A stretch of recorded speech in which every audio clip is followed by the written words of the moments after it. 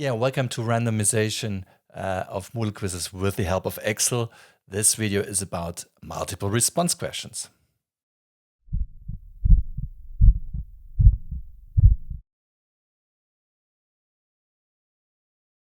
Yeah, a warm welcome. My name is Joe Fensterle, Professor of Biotechnology at the Rhein-Waal University in Kleve. And in this video, I want to show you how you can generate a set of randomized questions, multiple response questions using an Excel helper file.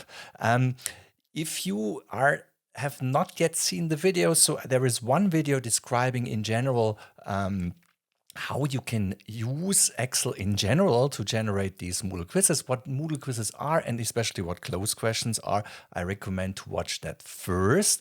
And another video with respect to assigned questions is a video which is more exhaustive with respect to the explanation. But first I want to start and tell you what is it all about. Yeah, in this video, it's about multiple response question, and this is what you will get. This is an example out of this is a microbiology or applied microbiology exam. The typical structure: you have a text introducing, and then you have the multiple response part. This is the multiple response part. B is optional. Just look at A at that point. And you see the question is about these growth types here, and then you have a couple of statements. 2 shows an anaerobic growth pattern. None of the other responses is correct. One is an obligate anaerobe growth pattern, obligate aerobe growth pattern, sorry. This is also correct. And strain X can grow in the absence of oxygen. No, obviously not. This is a bit more complicated, but it's not correct. B we will talk later, so this is optional, but A is the multiple response question. And you generate these randomized, so you draw the statements out of a pool of statements and can generate then a couple of questions. So let's go to the Excel sheet, and this is the Excel sheet, how it looks like. These are, this is the intro text, the image, and these are the different statements. And the macro then just draws out of these statements the responses, and this is what we will do now. Just on mouse click, we generate now 6 questions. You can easily generate also 10. Export to Moodle. Let's have a look into Moodle. Here we are. I'm just now importing.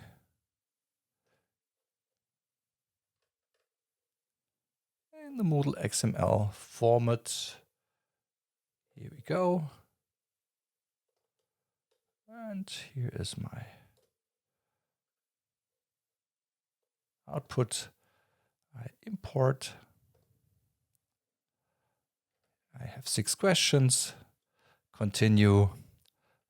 And here we are. So this is how the generated question looks like. So I have my duck, I have my statements, and I have also the part B.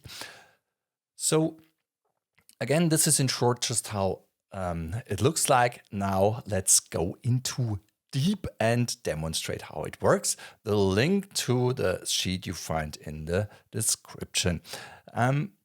Again, before you go with this, don't start with the multiple response. I would start with the assign or watch the general video because there the description is a bit more prolonged. Okay, so let's demonstrate how to set up the question. And here we go. So this is the Excel sheet, and this is the question sheet. And you see duck quiz. Ducks are important species of the planet. So this is the intro text. So yeah, there you put your introduction. If required, you can put an image. This is for many multiple response questions, certainly not the case. But in this case, you remember we had this annotation stuff with this different aerobic growth patterns. We had this duck. So you can put a picture.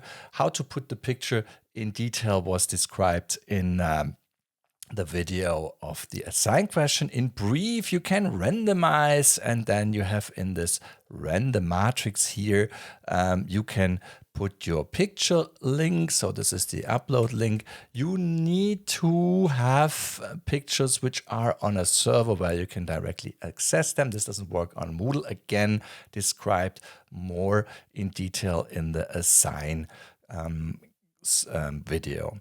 Now, so this is again what you write in. If you don't have a picture, no problem. If you have a picture, you can either put it here, put it the link directly. If you randomize it, you put it like this. We will come to this randomization in a second. So which statement is correct? Please decide which statement with respect to the pictures are correct or not. If you consider a statement is correct, tick it. You see that also that there is some HTML code inside. Again, this is not mandatory, but makes the formatting better. So then this is considered as a header. So if you have some ideas of HTML, this helps, makes things easier. Okay, but this is kind of the basics. And now let's start. Okay, so here I would put, for example, text, the drawing represents a duck. And I would say, oh yes. Yes, this is the comment which would be given if you select to include comments after the student has responded for the self-assessments and so on. This is important. What else did you expect? And of course, this is correct. So therefore, I put here 100%. 100% is for the correct responses. Now let's add some more questions. And then I have also here 100%. The legs are perfectly drawn. This is rather not true. So this is minus 100%, either plus 100 for correct, minus 100 for non-correct. And the photorealistic drawing is it also. Beautiful singing is also certainly not true. I have seen pictures in the internet with worse duck faces. This is true. So this is kind of what you have. Let's put some more questions. And here you see both 1 or 2 are located at the head of the duck. This is again to this random assignment. We will go into the detail of that after we do the first demonstration. So I will come back to that. It's unlikely the artist most likely loves ducks and so on. So these are just some more questions. And you see some of them are true, some of them are false.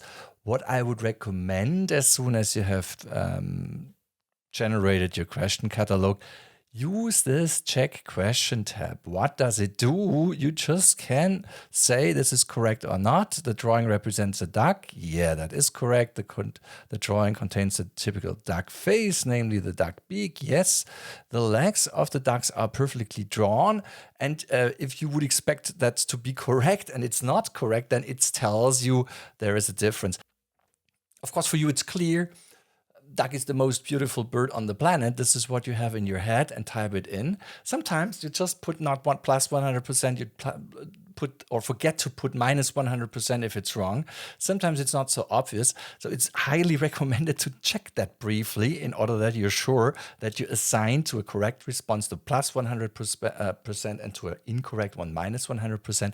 Otherwise, you have to correct that during the exam. This is way harder. So make just sure to go through that.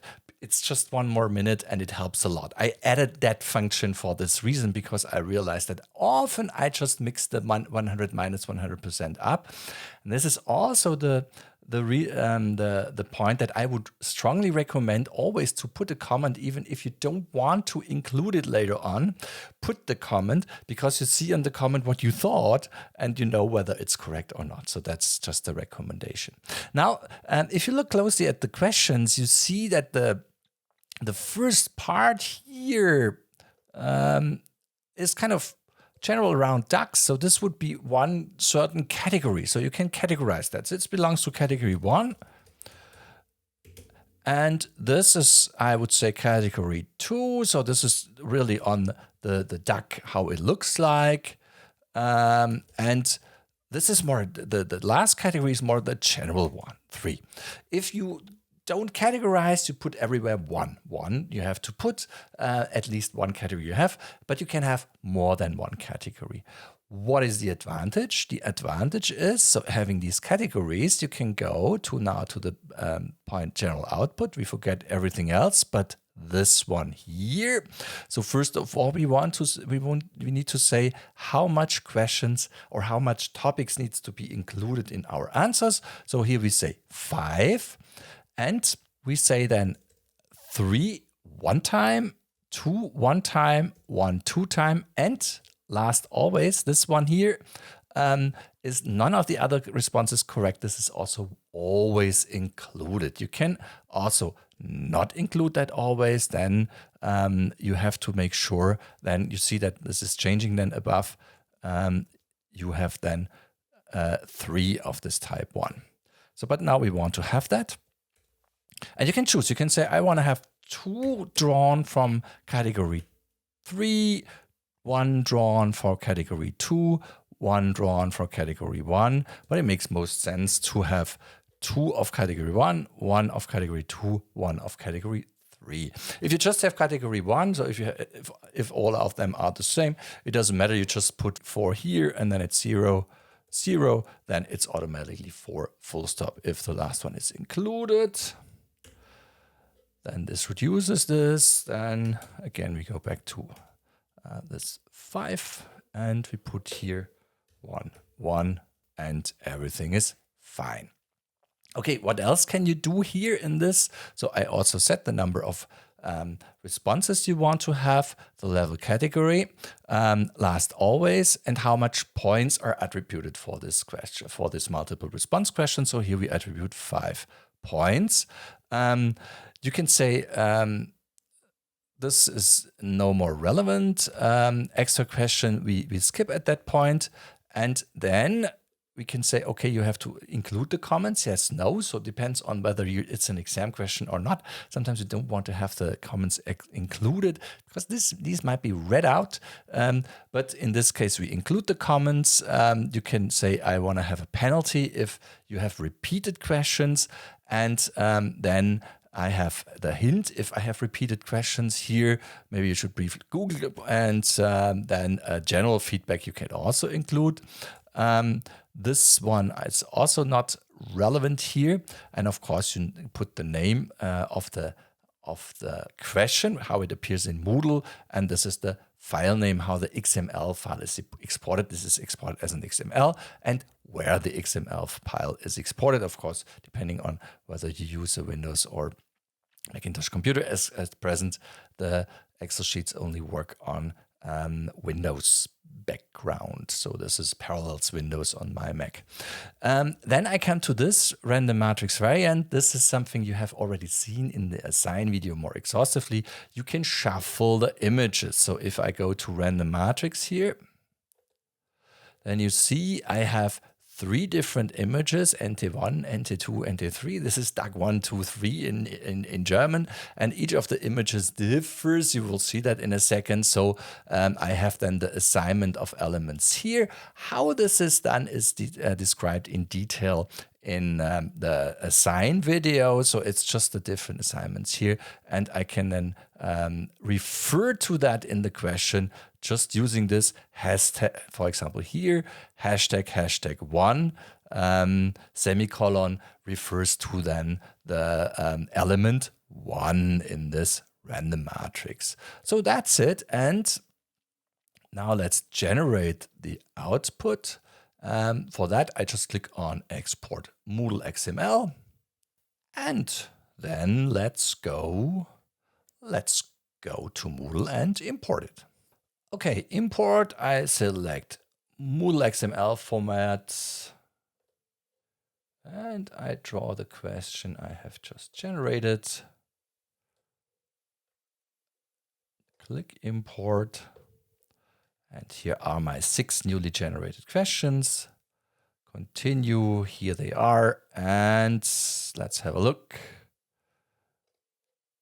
Here we are. So this, you see that this is Douglas. Picture below shows a drawing of an unknown artist. And you see this is the way it is assigned. 1, 2, A, B. And then you have the statements and you can go. And you see 1 and 2. It's then substituted. Both 1 and 2 are located at the head of the duck. Oh, yes, this is true. And you see everything else. And then it's a multiple response question. So obviously, you then just click what is correct. None of the others is not correct because this at least is correct. This is not correct. That allows more cats than dogs.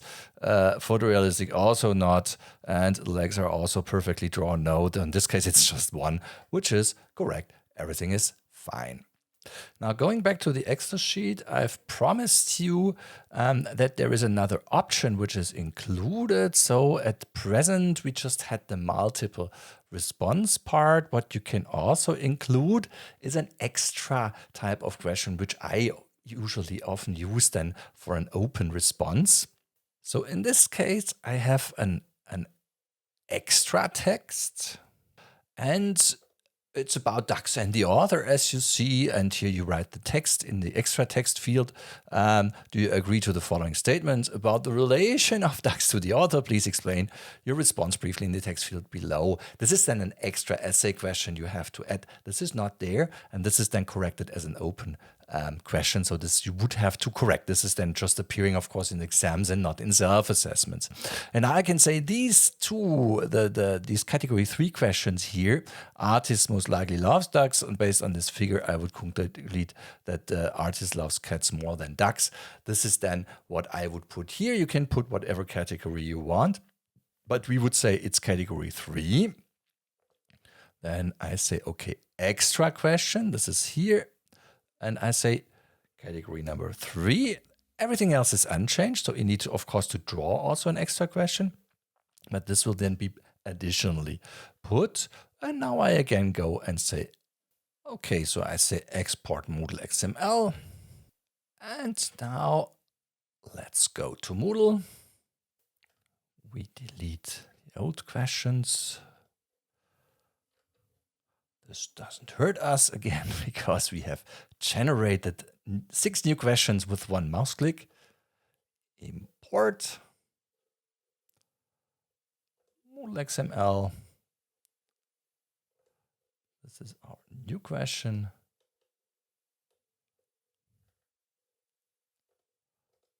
Import. Here we have 6 new questions. Continue. Preview. And you see the difference to the question before is this is the same. I have here 1 question less, so I have just 4 now because this 5th one is added as a statement. And I can say now, so you see also this is another, it has drawn another figure in this case. So I have seen pictures in the internet with worse ducks faces. Yes, I would consider B as more realistic than A. Well, both not really realistic. Drawing contains typical duck face. Yes, based on the figure, I would conclude the artist loves cat more than ducks. Of course not. And we check and everything is fine. Okay, so at the end, that was it. So this is how you can set up multiple response questions with this Excel sheet. You can, in addition, randomize the pictures. You don't need to, but you can if you want. And of course, you don't need to include pictures. Then things are even way more simple. However, you see that you have all these options with this. And the generation now of 20 fully randomized Moodle questions with this is just 1 mouse click. So as soon as you have done it, it's really fast. And by the way, it's also my experience is generating such a multiple response question is very easy because you really type, you have this question type, you type down your what you have in your head, and then you have everything collected. So setting up such a question in reality is, I would say, the most the fastest thing you can set up and where you can generate then a pool of questions. So that's it for this. Check out to see also the other question types. And of course, it makes sense to have a look at the first video. If you are new, there is a playlist for that. But at the end, I wish you have fun with generating the questions with your Excel helpers. Goodbye.